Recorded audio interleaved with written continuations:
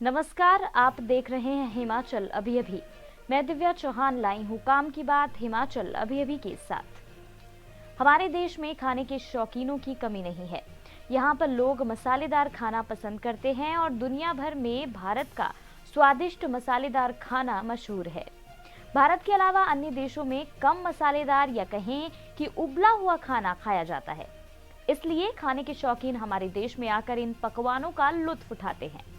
अब आपको लग रहा होगा कि हमारे देश जैसा खाना तो कहीं भी नहीं बनाया जा सकता, लेकिन असल बात तो ये है कि जिन पकवानों पर आप इतना इतरा रहे हैं वो असल में किसी और ही देश की देन है।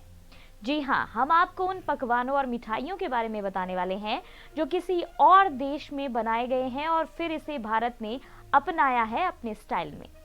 सबसे पहले है जलेबी।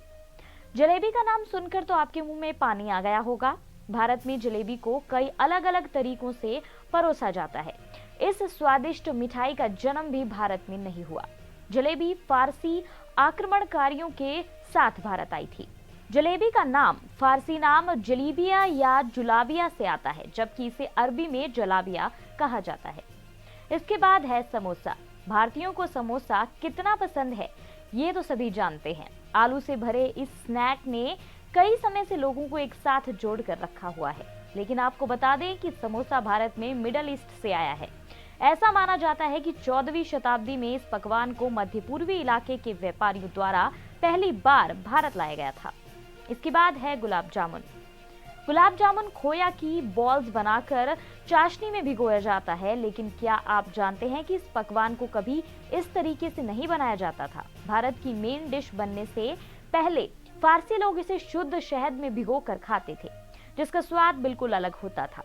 गुलाब जामुन का मूल नाम पहले लुकामत अल कदी था। इसके बाद है राजमा।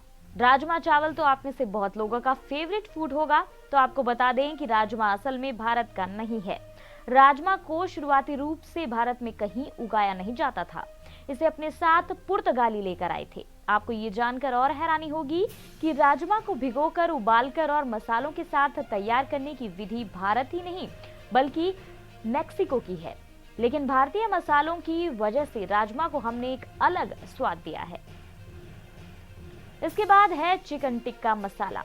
ऐसा माना जाता है कि चिकन टिक्का मसाला का आविष्कार तब हुआ जब ग्लासगो में एक शेफ ने एक ग्राहक को खुश करने के लिए चिकन करी में टमाटर का सूप मिलाया था। ये डिश वहां इतनी मशहूर हुई कि स्कॉटलैंड से फैलते हुए भारत आ पहुंची।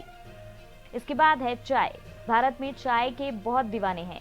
चाय पीने वाले शौकीन लोगों को हम बता दें कि चाय की शुरुआत चीन में हुई थी। चीनी लोग चाय को हर्बल ड्रिंक की तरह इस्तेमाल करते थे। चीनी लोगों को हर्बल चाय पीते हुए देखकर अंग्रेजों ने इसे भारत में लाने का फैसला किया। अंग्रेजों ने उत्तर पूर्व भारत में लोगों को चाय की खेती की कला भी सिखाई और अब ये चाय भारत के लोगों की जरूरत बन चुकी है। इसके बाद है फिल्टर कॉफी।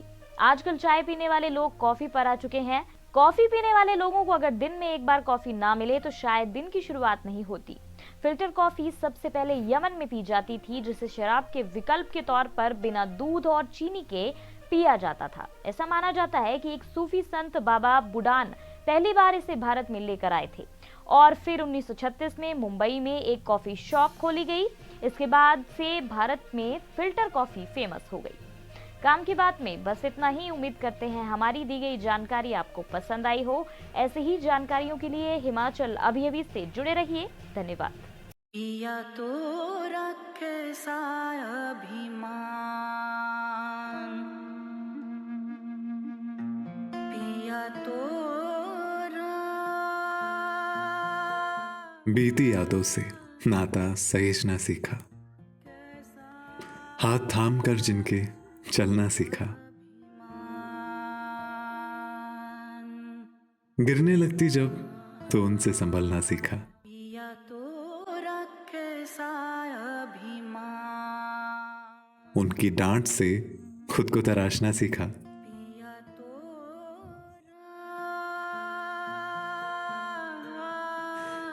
घर से दूर होकर भी दिल को हमेशा यह एहसास रहता है, उनका प्यार और फिक्र हमेशा मेरे साथ रहता है।